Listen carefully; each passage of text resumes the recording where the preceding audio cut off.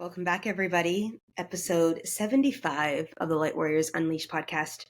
And this is a cool episode. You are going to see tons of raw, vulnerable transparency. You're going to see the chaotic aspects that I'm dealing with in life right now, including the new puppies that I brought into my field. If you're watching this on video, you're going to see all the cuteness because I'm going to bring them on.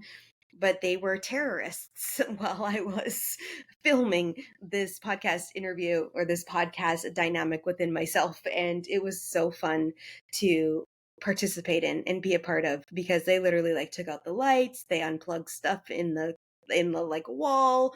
They were barking, they were yelping because they were wrestling. It was actually really kind of fun. And I want to welcome you to the first episode of 2024. Beautiful expanded year ahead of us. Lots of potential distractions and distortions dropping in through the field, but lots of possibilities. So I bring it back into following the nudge today and aligning in these intuitive hits, because we do not know what's about to come down the chute. We don't know why we're meant to take certain actions. All we are meant to do, oh, and there goes the light again, is to continue in our alignment and continue to trust in the space we're moving into and continue to mold and be and become and remember who we really are. So no further ado, the first episode of 2024, Light Warriors Unleashed podcast. Let's get her done. What is up, beautiful people? Welcome back. And I'm excited. This is the first episode of 2024. I thought about what do I want to lean into in this episode? I could talk about the 2023 year. I could talk about what I'm expanding into in 2024. And I was like, some of that feels juicy and some of that feels aligned and some of that feels on point. But I was like, nah, it just doesn't feel that inclined. And just so you guys know, for those of you listening to the podcast on your ear right now, I am a disheveled mess up here on video. And, I love when I record on Zoom videos because it has this natural built-in filter that makes me look even cooler than I normally am. Riverside, which I'm recording on right now, does not allow the same effects to have happen. And so I'm like, oh, I look like a disheveled mess. And those are my new puppies. And I want to speak into this conversation today about trusting your intuition, trusting the alignment of divinity, of God, of universal source, of whomever it is you speak to, but also too starting to dismantle the conversations that we have in our mind that talk us out of things. And, I love and appreciate the duality we get to live within. I love and appreciate the world we get to live within. I love and appreciate the conversations we get to have in the world. But what I love, one of the things I love the most inside of this space of, and I really love the puppies are awake right now. I just took them out for a little walk to kind of get their piss and vinegar out before we go to sleep. It's 8:50 p.m. for me right now. I'm recording this podcast literally the night before, because I wasn't in a podcast groove this week. I had been off for 2 weeks of recording and I was like, oh my God, it's Thursday. I need to get a podcast up. But as I was saying to you guys, what I love and appreciate about life in general is when we lead and trust our intuition, cool things happen. And it doesn't mean that it's easy to do. And it doesn't mean that there won't be challenges or complications or all the things that there is. It just means that it leads us into beautiful experiences. So let me tell you about these two puppies that landed into my world. So I've been lately, I say this, having the conversation with friends about getting an animal. And I said, I'm going to wait till I get to my new place in February, because I can have animals there and it'll just be, excuse me, this is going to be an amazing podcast for bloopers. It'll just be an amazing divine connection.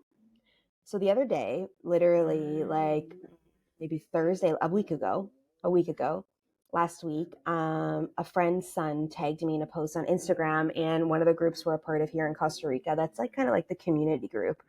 And these two puppies were found, and the guy needed to find adopters for them right away, or fosters at least right away, until he could figure out what happened. They were just on his property. It ended up being that they were part of a litter of 10, and the two of them escaped from the yard and went for a walk in the middle of the night and landed on this guy's property. And I got a message from one of the women that's another neighbor of the woman that has the puppies. And she said, we are looking for adopters for them. You know, what are you thinking? Because I messaged, are these guys still available? So I had a conversation with her, and she's like, you should come down and see them. And I said, come up and see them. They like lived on the mountain, right? And I'm like, okay. So I said to my girlfriend Rose, I was like, let's go visit some puppies. Excuse me, I'm in the middle of trying to record a podcast here. Excuse me. Yeah, you. Can one of you come over here and see me, please? Thank you very much. Okay, for those of you guys watching the video on YouTube, this is Lily. Hi, Lily. So obviously, if you're going to go see a litter of 10 puppies, you're probably taking one home. Even in your mind, you don't think that that might be happening, but that is the thing that's happening. So we get to the property, and Fran, who owns the property, says to us, you're the only person I've let come onto this property to see them. And I go, oh, they felt me. You know, they felt me coming in, right? They knew I would hold space for them. They knew I would honor the puppies. They just knew because I would, and that's who I am. And so I meet the puppies, you know, obviously I'm like, okay, like, what does this actually mean? And I said to Fran, you know, I'm considering taking one. She's like, how about you take two? And I was like, two? But then in my mind, it makes kind of sense because they'll keep each other occupied and play with each other and all the things that, you know, you would put in your mind as a logical thing that would happen. So it ended up, she was trying to get me to pick some of the bigger ones because some of the young ones were getting sick, and she said, you know, this one here doesn't eat a lot and I'm a little bit worried about her. But when I picked her up, she looked me dead straight in the eyes, like looked directly at my soul and said to me, I've been waiting for you. I was like, oh, how can you deny this, right? How can you deny this? So when I picked her up, I said to her, what do you want your name to be? And she said, Lily. And I said, okay, Lily, let's pick another one. I was coming to get two boys, by the way. Okay. I wasn't coming to get a girl. And not that I am, you know, racist or anything, or whatever the word is, sexist by any means at all. I was just like, I've done the girl dog. I want to have two males. Apparently that wasn't the case, right? Intuition led me to Lily, who said, I need you. I need you.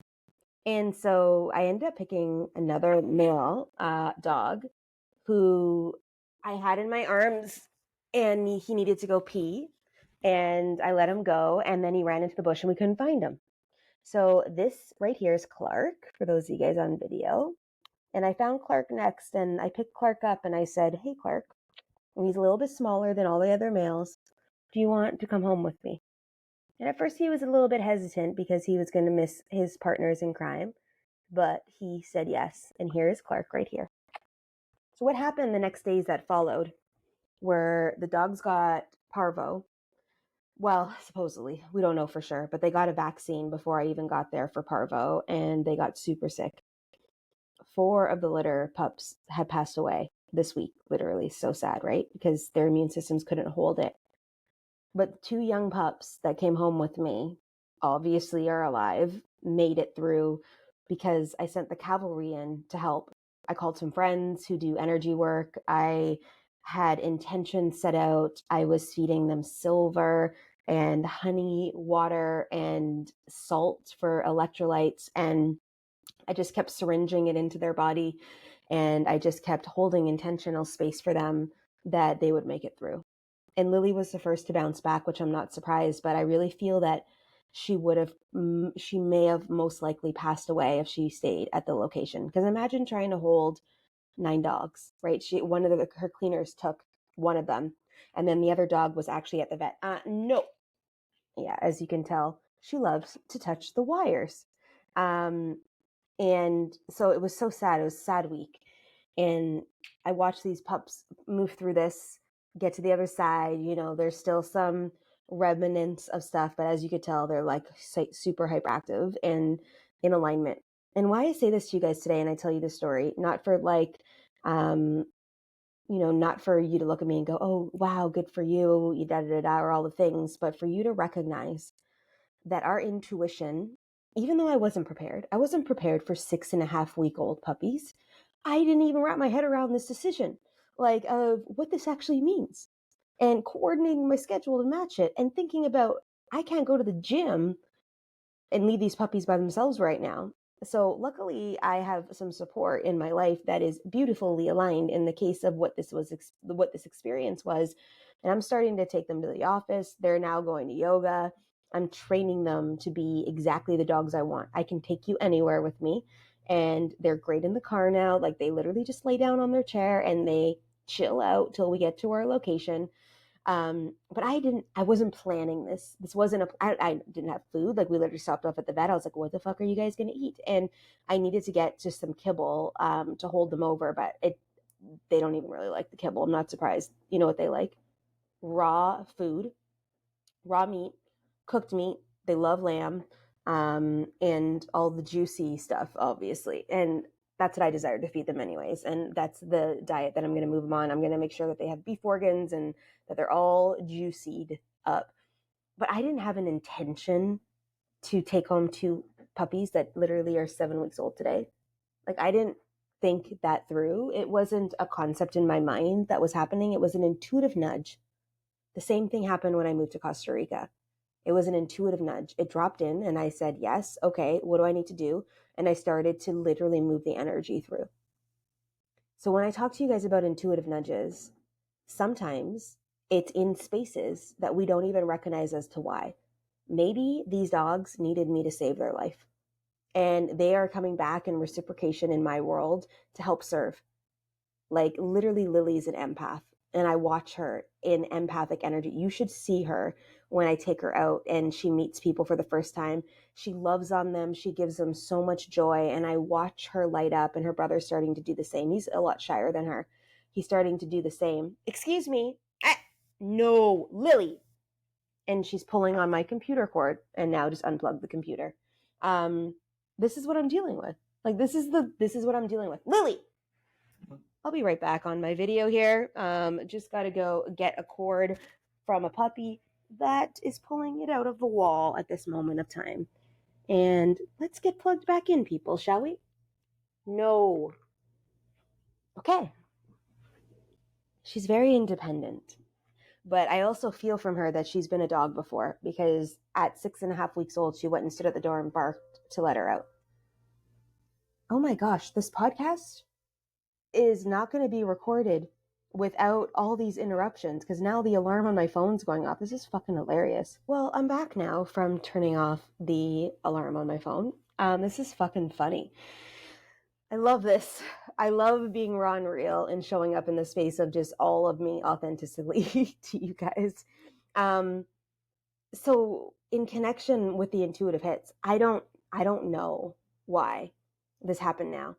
I don't know if it was because I was meant to come in and save these guys and something is going to transition. I don't know. I don't know. And maybe they're part of my joy pack. You should see the way that they walk behind me. So I call them, they come, they walk behind me. They know their names. They do their business where they're supposed to. They're a beautiful, beautiful expansion experience. Now, granted, last night they kept me up most of the night because he has abandonment issues. But I also feel that at a time a couple days ago where he was really bad, I thought he was going to go. Like, I actually thought I'd wake up to a dead puppy. And I was like, oh my God, this guy's going to die. And I feel like he picked up on my energy field and took that as I'm going to abandon him. And I'm like, shit, I'm imprinting on my puppy who's 6.5 weeks old a thought process that I get to control. And this is the conversation I want to have with you guys today about listening to your intuitive hits, but I also want to talk about consciously creating, because today I had a conversation with him. I brought him to my body work session with one of the women that I work with for energy and my body physically and all the things that are going on. And she says, he looks really sad. Like, he's holding a lot of anxiety. I go, yeah, he's got some abandonment issues. And then I started to tap into him and I go, holy fuck, I'm the mother that created abandonment issues in my puppy. It came from me because he felt like I was abandoning him in a moment of time where he needed me to be strong. And I'd forgotten in those moments when I'm dealing with the human dynamic of things and the real human side of being on earth, death, and literally helping someone move out of death, right? And not dying, that I forgot the power that we hold in our intention and manifestation. So I kicked back out of that pretty quick looking back on the scene, because I was like, fuck this shit. You guys are all living. Like, you're my peeps. You're my family. Nobody's dying today. Nobody is. But in the imprint of my vibrational misalignment and going into a low vibration of worry and going, fuck, this could actually happen, I created an imprint distortion in someone directly connected to the intention I had set. And I'm like, holy shit.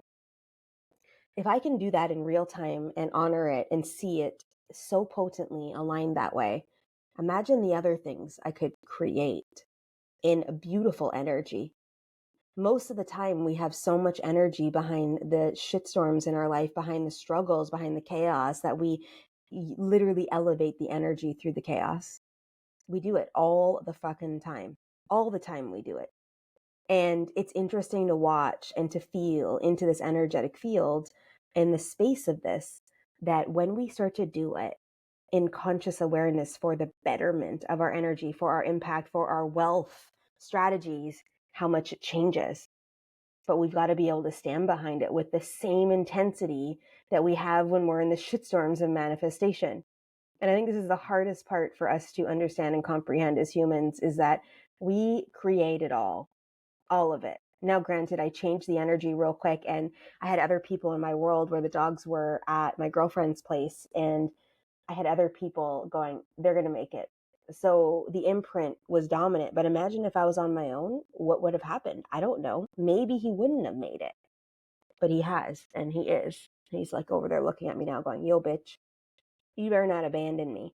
So now I'm working with him to create stability in his nervous system and safety in his nervous system. And he's 7 weeks old as a puppy because of an imprint I created. And I go, fuck, this is a powerful fucking thing to recognize. And I have a lot of awareness, guys. I have a lot of awareness, but I'm also a human, right? And I've also never had to deal. I had a 9-week-old puppy when I had Athena, and she was way different than these two. She slept through the night. She would just wake up when I woke her up to go pee. She would come back. We'd go back inside and go back to sleep. She was amazing like that. These guys last night kept me up pretty much the whole night. Literally, I woke up and my girlfriend was like, what the fuck is up with you? I was like, I haven't even slept. And I still got work to do tonight. It's 9:05 here. And I'm like, okay, we can do this. I signed up for it. I can hold the capacity, because it wouldn't have been dropped into my field if I couldn't. So what's the new system? What's the new ritual? What's the new practice? How do I continue to move through? How do I continue to honor my body still, to do the workouts that I need, to shift in the space, to still eat the way I want to still read the way I want to still embed the way I want to still meditate, to still post, to still deliver content, to still create money and impact in the world? How do I still do it all? And I can, and I'm watching myself balance it this week. One of the cool things about this week and about following our intuition is, when I was back in Winnipeg, I was told I should make flyers for the office space here. We call it the healing space. That's what we're calling it. And there's 3 of us that work out of it. One man, he's an osteo. He rents the room from us on Mondays, and then Laura and I share it the rest of the week. And I got back from Winnipeg, printed the flyers, put a flyer on the window, and Bob's your uncle. I haven't done anything else with them. I need to start to circulate them into the world, because a woman this morning texted me, I saw your flyer, would love to meet with you and just chat about some things. So she came into the office. I had some space in between calls. She came into the office today. We chatted. I was able to get her into a session today with me. We moved some stuff, did a past life exploration session, and it was the coolest thing, because she wouldn't have known my field. Then we come to realize we have so much in common, and I'm like, we're going to be friends. Like, I just feel that about her. We've been through some same life experiences, and it's just been a beautiful, beautiful way to move through the world. But these small things, like get a flyer, these small things like answer that post, these small things like maybe you should get an office, they're all pretty small. Our rent is minimal. It doesn't cost us a lot to work out of there. I'm showing up there twice a week now in the community, doing yoga there 4 days a week, to be a part of things. I'm starting to meet other people. I'm starting to expand my reach. I'm starting to move stuff through. But why this is happening for me is I'm showing up too. I'm showing up. I'm following the actions. I'm listening to the call, and I show up. and I keep showing up and I keep moving it through and I'm coordinating stuff. The dogs are going to have a post about them on the cafe's post about welcoming them to the family because they're going to be a part of the family. They're going to be a part of it. Everyone's going to know who they are. So when they're running in the courtyard and they're going pee in the bushes, people will know that that's Lily and that's Clark. And they're going to know them. And they're going to be part of the community, just like I'm part of the community. But the only way I got included in the community was because I made a decision to take aligned action and to trust my intuition and to step into the space and to show the fuck up. That's my message today. I could give you all the synopsis of 2023 and give you some juicy info of the things I've learned. I could tell you about the growth I'm expanding into and the person that I am remembering to be because it's already in the ethers. I just have to remember her and what I'm creating in 2024. But I think coming out of the gate in 2024, one of the most important messages that you can hear today is follow the nudge.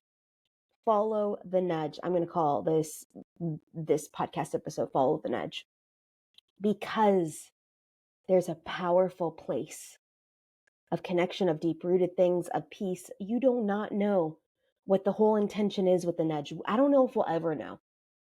Sometimes later down the line, we find out why something happened, right? Or we look back. There's a song I used to hear, and a country music artist sings it. I'm pretty sure it's Carrie Underwood, about thank God for unanswered prayers. No, Garth Brooks, right? Thank God for unanswered prayers. The things that we're settling for that we think are in alignment for us, but really aren't, right? And recognizing that sometimes our belief system here, or our limitations or our struggles or our unworthiness or our not enoughness is creating and dictating our life right here. When God, divine flow, universal alignment is calling us forward into a new path, but we cannot get there unless we start to listen and take action in our intuitive flow. Period. We can't, and we don't even know what that feels like or looks like or is yet. But our job is to surrender into it and move. I don't know why I own 7-week-old puppies now. I don't know. I don't know if there's another calling to it. I don't know if they're going to be doing work. I don't know. But I do know that Lily's an empath. And I know that for sure. And I go, maybe I have healing dogs. And maybe their whole entire mechanism is to bring joy into the world. And how can I get them bringing more and more joy into the world? Not just as puppies, but as dogs, as companions to me, as a mission for our lives together. I don't know. So I want to leave that in your field today as I go and figure out how to merge all this stuff together because of all the craziness. My life feels crazy right now, and it is in a beautiful tapestry of crazy. And I am so grateful that I get to experience all of the dynamics of its crazy, in all the ups, in all of the mechanisms, and all of the learning and all the things. And I'm just really, really grateful for this journey and holding space in the journey and being in the journey and, just being here with all of you. Also, welcome to the 75th episode of the Light Warriors Unleashed podcast. Who knew in February of 2023, when I launched this out of the gate, that this would be a thing? And when I said to someone the other day that I released my podcast producer from my space and world, they're like, oh my God, you're shutting down the podcast? I was like, no, I'm just going to do the editing myself for now. Figure out the rest as I move through. And they're like, oh, thank God. And I went, oh, people are listening to this. And if you're here right now, you're listening to this. So I just want to say to you, from my heart to yours, thank you. Thank you for believing in the mission. And thank you for believing in yourself enough to step up, to listen to podcasts like this, to help you shift a narrative in your world, to help you maybe create a new imprint, to create another dimensional energy, to remember. Thank you for being here. Because I could just keep recording podcasts and no one could listen. But I know someone's here listening. Whether it's 5 of you, whether it's 25 of you, whether it's 58 of you, whether it's thousands of you coming into the future. Thank you. And remember to follow the nudge. And I'm just going to ask you, if there's anything about this podcast that you love, if there's anything I said in this podcast today that you're like, yes, quote me, tag me on Instagram. I say this all the time, and I'm going to encourage you to keep sharing it out. It's important that we get the mission bigger, that people find it, that people connect into this, that people start to listen, because light warriors are needed right now, especially moving into 2024, even more so than ever before. So keep maneuvering through, people, and trusting. And I'm sending you out lots of love and light. And I'll see you guys again in the next episode.